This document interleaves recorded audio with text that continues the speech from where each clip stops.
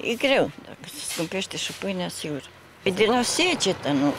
Dacă o să fie mai scumpă, numai de la secetă. Numai că pune problema asta. Vă ajută să se scumpească pâinea? Da, cred că da. Dacă nu a plouat, nu... Normal că scumpească toate, numai prețul pâinii. Păi dacă nu a plouat, e secetă. De la sine că scumpesc toate.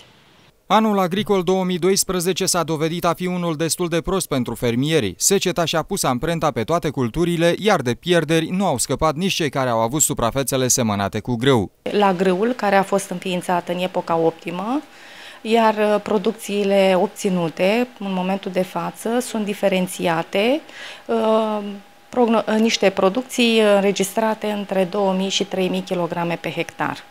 Sunt producții mult mai mici față de anii agricoli, în care precipitațiile au căzut în momentul optim, având în vedere că sunt producții înregistrate în anii anteriori chiar până la 4000 kg pe hectar și mă refer la cultura grâului. Marii fermieri încearcă totuși să liniștească populația și susțin că prețul la pâine ar putea rămâne nemodificat. La grâu, cantități necesare în așa fel încât să avem ce procesa prin intermediul noastră de măriri panificație și în plus de treaba asta anii se compensează. Atunci când sunt producții mari, prețul este mic, atunci când sunt producții mici, prețul este mare.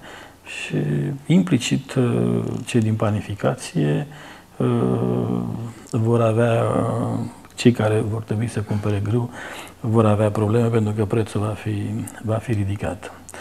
Și în consecință, cred că, și cu asta mă opresc la panificație, o să vorbesc și celelalte culturi, în consecință, cred că cea mai înțeleaptă variantă care ar putea să vină și să nu se mărească deloc prețul la pâine, ar fi să se reducă TVA-ul la preț de panificație și odată redus acest TVA, cu siguranță prețul pâinii nu se va mări și se va micșora.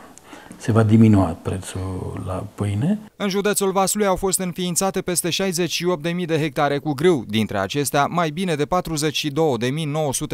42.970 de hectare au fost calamitate.